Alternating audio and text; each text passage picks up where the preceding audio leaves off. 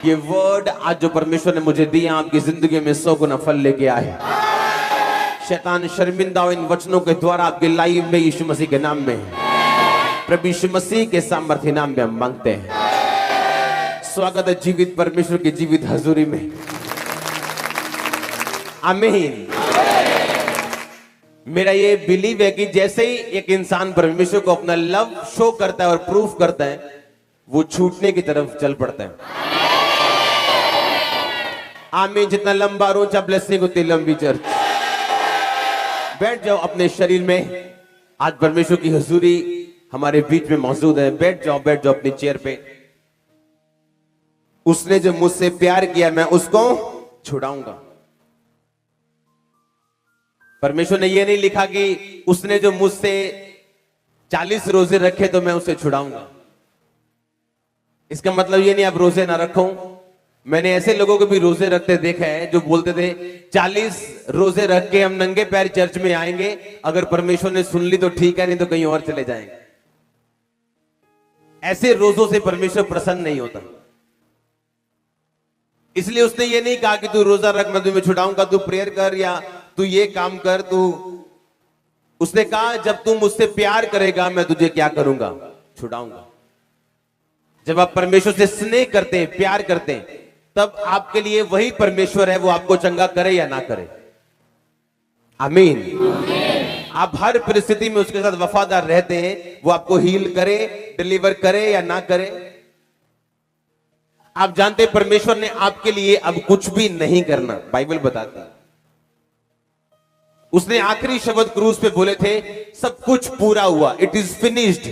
यानी मैंने वो सब बना दिया जो आपको चाहिए। आप जानते जब परमेश्वर ने आदम को बनाया, आदम को बनाने से पहले बाइबल बयान करती है कि उसने सारी सृष्टि को, पेड़ों को, जानवरों को, पानी को, बादलों को, हवा को, एटमॉस्फेयर को, वेदर को, सब कुछ बना के फिर उसने आदम बनाया।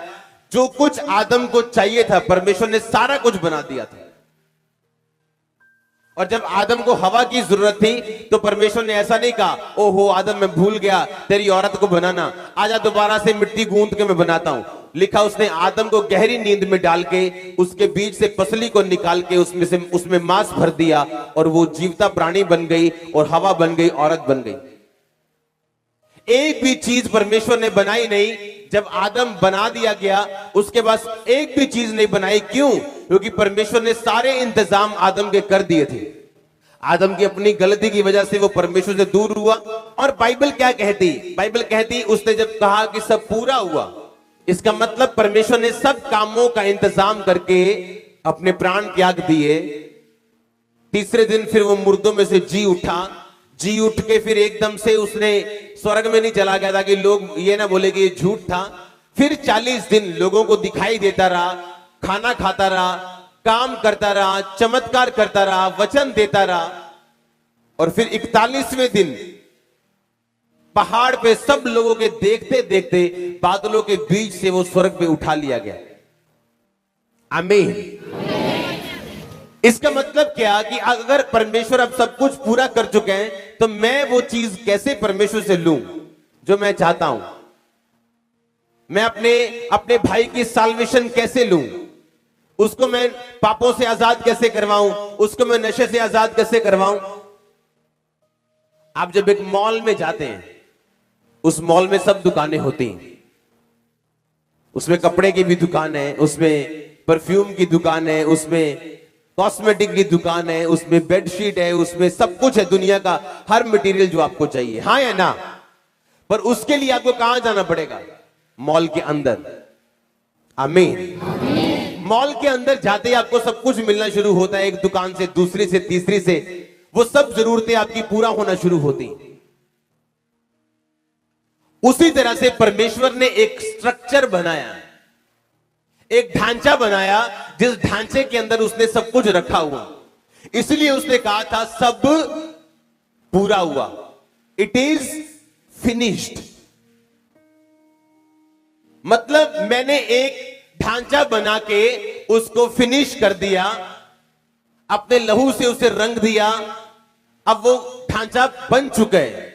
आमीन। अब उस ढांचे के अंदर मुझे क्या चाहिए? वो मैं उस ढांचे के अंदर जाके देखूंगा। आमीन।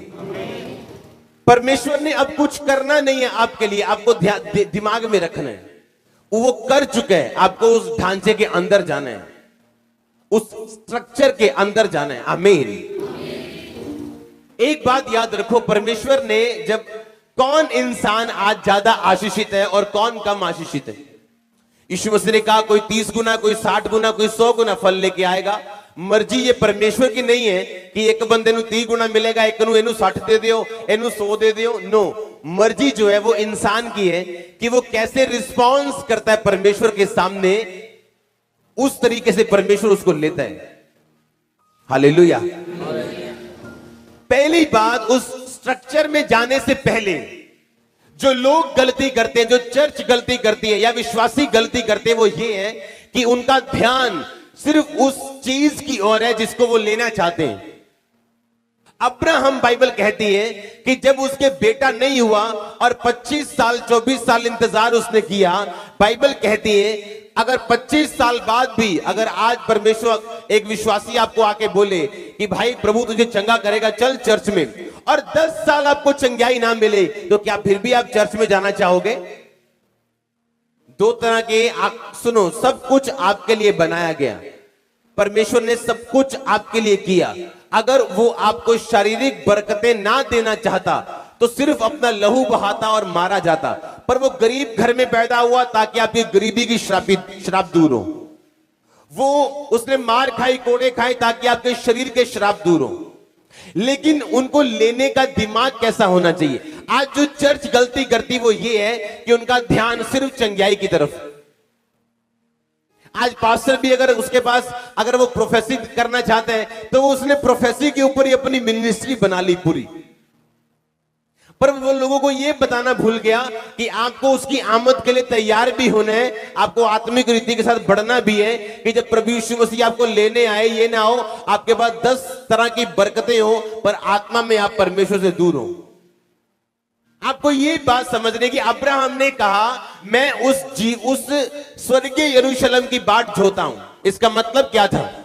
इसका मतलब यह था कि जब उसे यह मालूम हो गया कि जो वायदा परमेश्वर ने मेरे साथ किया था अब शायद वो पूरा ना हो, तब उसका ध्यान कहां पे था?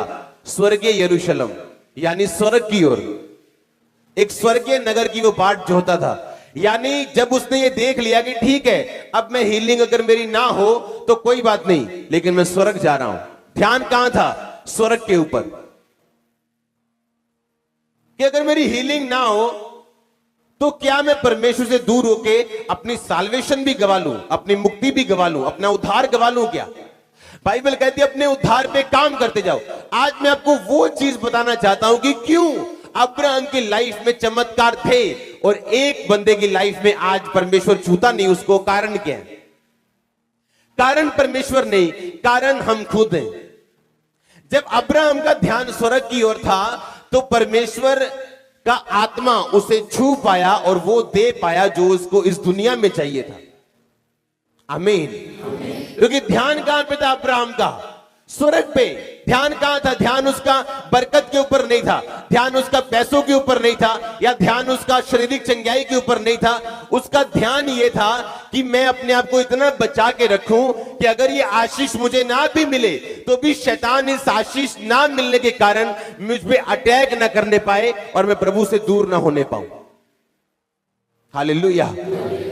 पर आज चर्च को क्या चाहिए? सिर्फ प्रोफेसी। आज क्या चाहिए? सिर्फ हीलिंग। जिस तरह वो भाई ने शिकंजा छोड़ दिया, मेरा भी छूट जाए। जिस तरह उस बहन के 17 साल में बेबी हो गया, मेरा भी हो जाए। बपतिस्मा लिया जी? नहीं जी। प्रार्थना करते हो? नहीं जी। बाइबल पढ़ते हो? नहीं जी। ये कैसी क्रिश्चियनिटी है? ये कैसी मसीहत है जो आप प्रेयर नहीं कर रहे हो, आप बाइबल नहीं पढ़ रहे हो, परमेश्वर के साथ कोई संबंध नहीं है, कोई आने वाली आमद की तैयारी नहीं कि मैं तैयार हो रहा हूं। अगर आज प्रभु यीशु मसीह लेने आ जाए तो मैं सबसे ज्यादा खुश हूं, मैं सबसे ज्यादा आनंदित हूं कि काम खत्म, हाँ असली घर चलो। पर लोगों को डर लगता है ऐसा कहने में भी। आज अब्राहम इसीलिए इस दुनिया में सक्सेसफुल था क्योंकि उसका ध्यान जो था वो आत्मिक था कि अगर मुझे ये ना भी मिले तो मैं क्या, मेरी पोजीशन क्या है। अगर मुझे ये ना मिले तो मेरी पोजीशन क्या है, क्या मैं प्रभु के साथ जुड़ा हूं या नहीं, या जो अगर मेरी लाइफ की सबसे बड़ी प्रेयर रिक्वेस्ट अगर पूरी ना हो तो तब मेरे आत्मिक पोजीशन क्या है, क्या मैं परमेश्वर के साथ खड़ा रहना चाहूंगा या नहीं। फिर परमेश्वर निर्धारित करता है आपको कितना दूर लेके जाना। उसने जो मुझसे स्नेह किया मैं उसको छुड़ाऊंगा, मुझसे जो प्यार किया इसलिए मैं उसको छुड़ाऊंगा, मैं उसको ऊंचे स्थान पर रखूंगा, उसकी महिमा को बढ़ाऊंगा, उसे लंबी आयु से तृप्त करूंगा, उसे अपने उद्धार का दर्शन दिखाऊंगा। परमेश्वर ने अब एक स्ट्रक्चर बना दिया, एक ढांचा बना दिया, एक मकान बना दिया। उस मकान के अंदर सब कुछ है, पर उस गुप्त स्थान में, उस प्रभु के स्थान में कौन प्रवेश कर सकता है? बाइबल कहती है उस ढांचे में है तो सब कुछ, पर जो वो ढांचे में रखा सब कुछ चाहता है, हो सकता है वो उसे ना मिले, पर जो व्यक्ति उस ढांचे को चाहता है हो सकता है उसको सब कुछ वो मिले जो उस ढांचे के अंदर है। आज लोग इंपार्टेशन चाहते हैं, वो अपने फादर की अनॉइंटिंग चाहते हैं पर अपने फादर को नहीं चाहते। आज लोग अपनी जरूरत और अपने मूड के हिसाब से बदल जाते हैं, और परमेश्वर भी ऐसा ही है। अगर आप अपनी जरूरत के लिए उस ढांचे के अंदर जाना चाहते हैं तो हो सकता है आप संघर्ष करें, पर अगर आप दिल से उस ढांचे से प्यार करते हैं तो आपको अंदर ले जाएगा वो।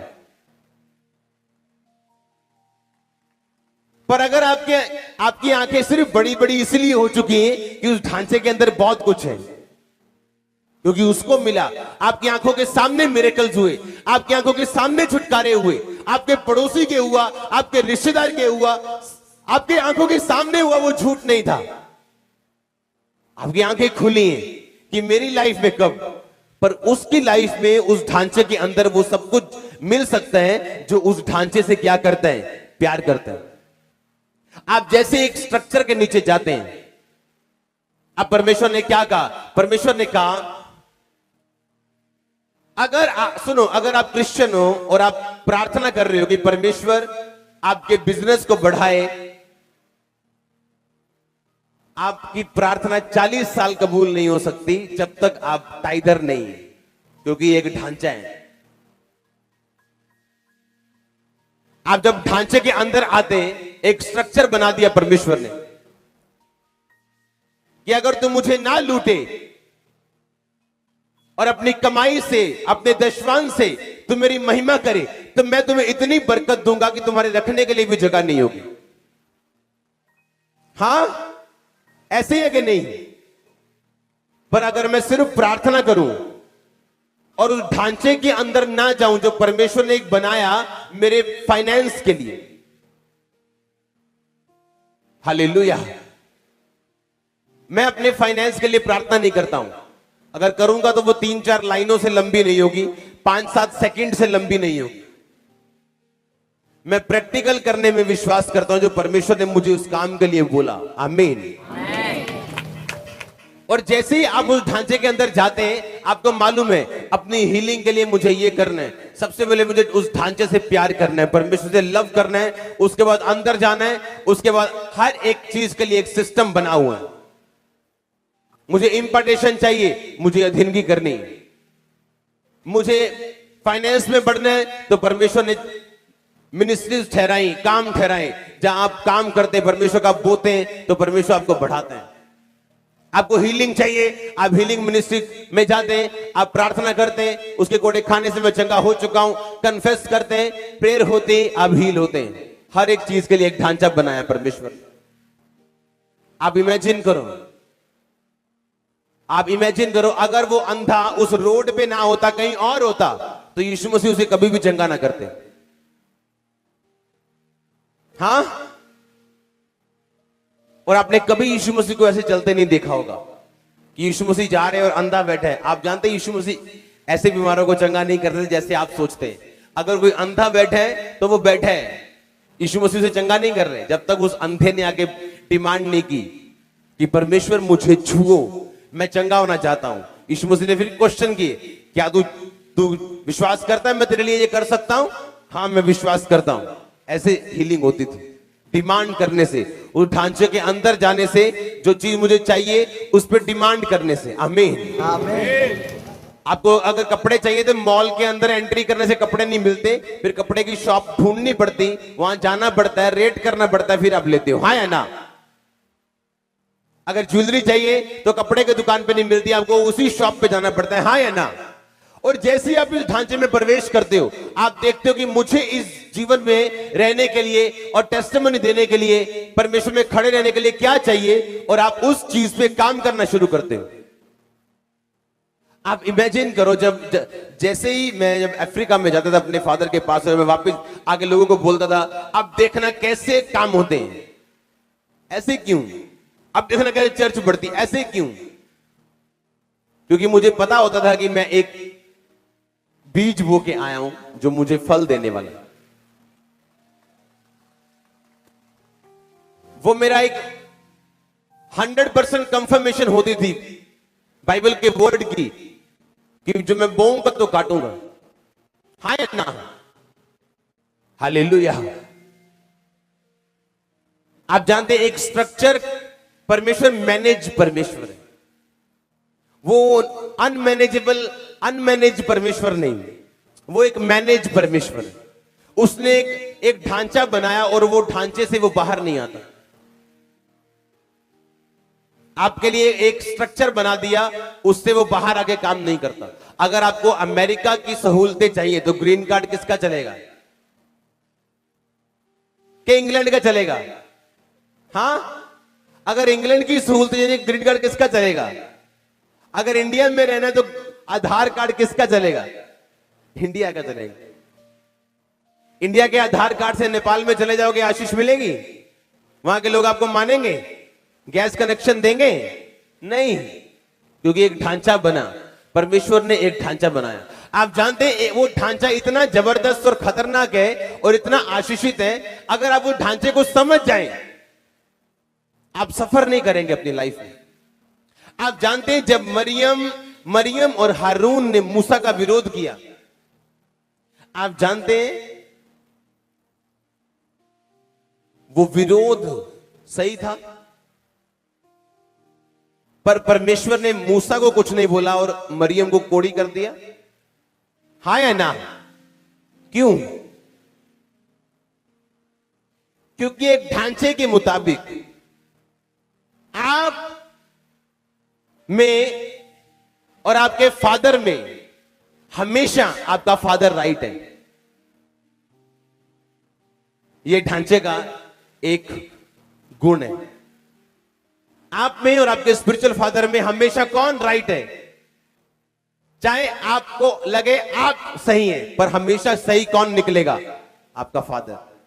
आपके स्पिरिचुअल फादर और परमेश्वर में हमेशा कौन सही निकलेगा? परमेश्वर। और लोग, जब आप जानते हैं शैतान क्यों गिरा?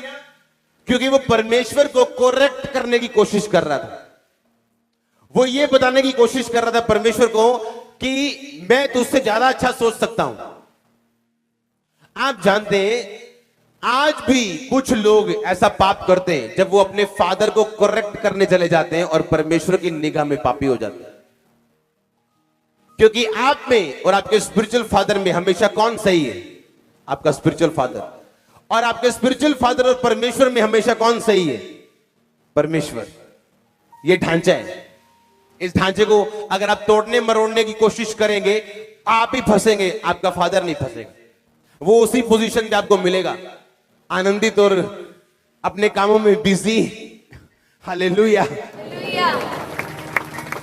आप जानते हैं अपने अथॉरिटी को करेक्ट करना शैतानी पाप है। एक रिबिलियन मतलब विरोधता का पाप। आप जानते हैं व्यभिचार के पाप से भी बड़ा पाप है विरोधता का पाप। पहला पाप जो दुनिया में आया आदम और हवा से पहले, वो विरोधता का पाप था, विरोध का पाप। और आज भी अगर शैतान ने किसी बंदे पे अटैक करना हो, वो इस पाप से नीचे लेके लोगों को जाना चाहता है। इसीलिए अगर आप मुझे अपने पास बिठा के डिस्कशन करेंगे कि फलाने बंदे ने रेप कर दिया या फलाने बंदे ने ऐसा कर दिया, फलाने ने ऐसा कर दिया, मैं अपने मुंह को सी के रखूंगा, क्योंकि मुझे उन कामों से कोई मतलब नहीं। नेवर। मैं अपने दुश्मन का भी विरोध नहीं करता कभी। जिसने मेरे खिलाफ बोला उसका भी विरोध, मुझे पता है विरोध करना शैतान की ओर से। और जब एक आदमी अपनी अथॉरिटी को करेक्ट करना चाहते हैं, वो पूरा 100% प्योर डेविलिश है, 100% डेविलिश है, शैतानी है। क्योंकि आप में और आपके स्पिरिचुअल फादर में हमेशा कौन राइट है? चाहे आपके पास 100 बहाने हो, लेकिन हमेशा वही राइट है जो आपके ऊपर है। हालेलुया। कितने इन बातों को समझ रहे हैं? क्योंकि क्या है, परमेश्वर ने क्या बनाया? एक स्ट्रक्चर, एक ढांचा बनाया, एक बिल्डिंग बनाई। आपको उसके अंदर जाके अपने आप को खोजना है, जो आपको चाहिए उस हिसाब से आपको चलना है, अपनी साल्वेशन का ध्यान रखते हुए कि मुझे ये चाहिए तो सब कुछ है, लेकिन सबसे अधिक जो मुझे चीज चाहिए वो मेरी मुक्ति है। मुक्ति में बने रहना, साल्वेशन में बने रहना। आशीष आए ना आए वो मेरा परमेश्वर है, चंगा करे ना करे वो मेरा परमेश्वर है, आजाद करे ना करे वो मेरा परमेश्वर है। उसकी सामर्थ के लिए कुछ भी इम्पॉसिबल नहीं है। हालेलुया। जोर से बोलो हालेलुया। आपको उस स्ट्रक्चर के अंदर जाना है और वहां सब कुछ है, लेकिन उसके अंदर जाने से पहले उस ढांचे से प्यार भी करना है, यीशु मसीह से लव भी करना है। और लव का मतलब जब वो दे ना दे, आपका परमेश्वर वही है। आप अपने डैडी को इसलिए डैडी नहीं बोलते, वो आपको 10 रुपए देता है या 100 रुपए देता है। वो आपको 100 रुपए ना भी दे तो भी आपका क्या है? डैडी है। आपके थप्पड़ भी लगाए तो क्या है आपका? हालेलुया। और जब आप उस स्ट्रक्चर को तोड़ने की कोशिश करते हैं, परमेश्वर आपके खिलाफ खड़ा हो जाता है। उसने कहा मूसा ने गलती की, वो मेरा और मूसा का मामला है, तू कौन है? और लिखा वो कोड़ी हुई। मूसा को मैं संभाल लूंगा। मैंने मूसा को खड़ा किया, तूने खड़ा किया मूसा को? मूसा को मरियम ने खड़ा किया कि परमेश्वर ने खड़ा किया? तो कहता मैं संभाल लूंगा अपने जन को, तू अपना ध्यान रख। मैंने ऐसे लोग देखे हैं जिन्होंने कभी आज तक टाइथ नहीं दिया, पर प्रार्थना करते परमेश्वर मेरा बिजनेस बढ़ाए। आप परमेश्वर को बोल रहे हो कि मैंने अंदर नहीं आना, मैं तुझे घड़ी के बाहर निकालूंगा, स्ट्रक्चर से बाहर आके मुझे बरकत दे, अंदर नहीं आना मैंने। तो वो क्या कहता? कहता मैंने अपने नाम से अधिक बड़ा अपने वचन को समझा। देखो यीशु मसीह का नाम इतना बड़ा है, कैंसर घुटने देखते उसके आगे, पर लिखा उसके नाम से भी बड़ा उसका वचन है। वो अपने वचन से पार कैसे आ जाए आपके लिए, आपके छोटे से बिजनेस के लिए, आपकी छोटी सी हीलिंग के लिए। और जैसे ही आप आज भी स्ट्रक्चर तोड़ने की कोशिश करते हैं, आप भी परेशान होते हैं। परमेश्वर ने आपको उस ढांचे के अंदर रहना है। हर चीज के लिए परमेश्वर ने एक नियम बना दिए, आपको उस नियम को ढूंढना है। बाइबल स्टडी से, चर्च आके, आत्मा से, प्रार्थना से। और जैसे ही आपको उन चीजों की समझ आती, आपकी लाइफ ब्लेस होना शुरू हो जाती। हालेलुया। जोर से बोलो हालेलुया। आपको क्या करना है? आज से उस ढांचे के अंदर जाना है आपने। लेकिन सबसे पहले उस ढांचे से क्या करना है? प्यार करना है। बिना प्यार उस ढांचे के अंदर जाना मतलब आप लालची हो। आपको सिर्फ उस ढांचे की चीजों से प्यार है, आपको उस ढांचे से कोई मतलब नहीं है। इसका मतलब आपका मन अभी तैयार नहीं है, आप लालची हो, आप सिर्फ सेल्फिश हो और अपना सोच रहे हो, और आपको परमेश्वर से कोई प्रेम नहीं है। अपने पड़ोसी को बोलो ढांचे के अंदर रहे, जो प्रभु ने बनाया उसको मत तोड़, क्योंकि वो तेरी आशीष के लिए है। बोलो बोलो अपने पड़ोसी को। आपको मैं देखना चाहता हूं बोलते हुए आमीन। जोर से बोलो आमीन। हालेलुया।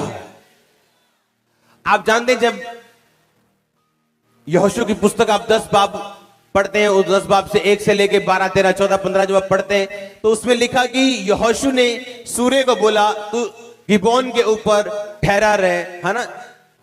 सूर्य चंद्रमा उसने हिलने नहीं दिए, हाँ या ना। और 4 पहर सूरज एक जगह पे टिका रहा था। आप जानते हैं क्यों?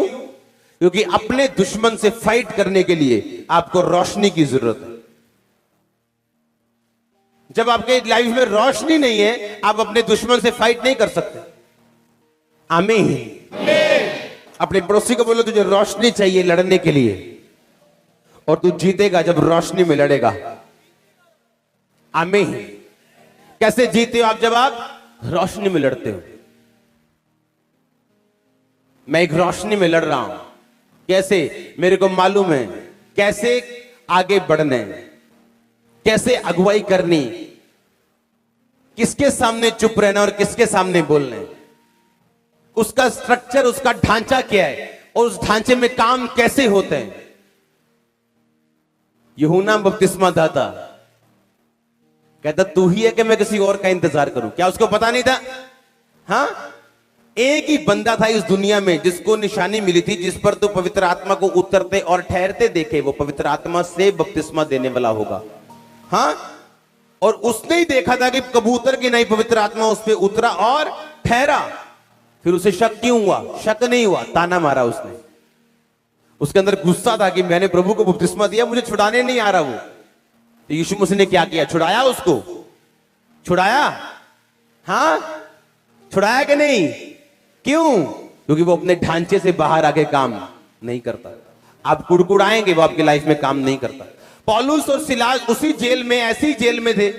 उन्होंने आराधना की, वर्शिप की, परमेश्वर की तारीफ की। छूटे कि नहीं छूटे? छूटे कि नहीं? क्यों? एक जेल में छूटा नहीं, ये दो छूट गए। ऐसा पक्षपात क्यों? क्योंकि वो ढांचे के अंदर थे, वर्शिप कर रहे थे, आराधना कर रहे थे। हाँ या ना? तो वो अपने ढांचे से बाहर आके काम नहीं करता। आप बड़े हो, आप छोटे हो, आप पास्टर हो, आप प्रॉफिट हो, आप कोई भी हो, बिशप हो, कोई भी हो, वो अपने ढांचे के बाहर आके काम नहीं करेगा, अपने ढांचे के अंदर रह के काम करेगा। जिस तरह जज संविधान के अंदर रह के ही जजमेंट दे सकता है। अपने हाथों को उठा, बोलो थैंक यू जीसस। हिलाओ अपने हाथों को, हिलाओ अपने हाथों को, थैंक यू जीसस। ये वचन मेरी जिंदगी में 100 गुना फल लेके आए।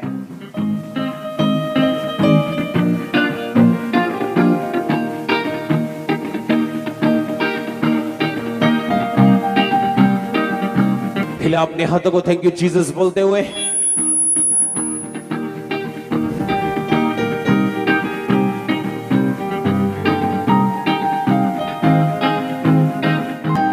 प्रभु यीशु मसीह के सामर्थ्य नाम में हम मांगते हैं। हमारे YouTube चैनल को सब्सक्राइब करें ताकि आप परमेश्वर के गहरे वेदों को जान सकें कि कैसे आप परमेश्वर में बढ़ सकते हैं, कैसे आप दुष्ट आत्माओं से, नशों से, बीमारियों से और वंशों के श्रापों से आजाद हो सकते हैं।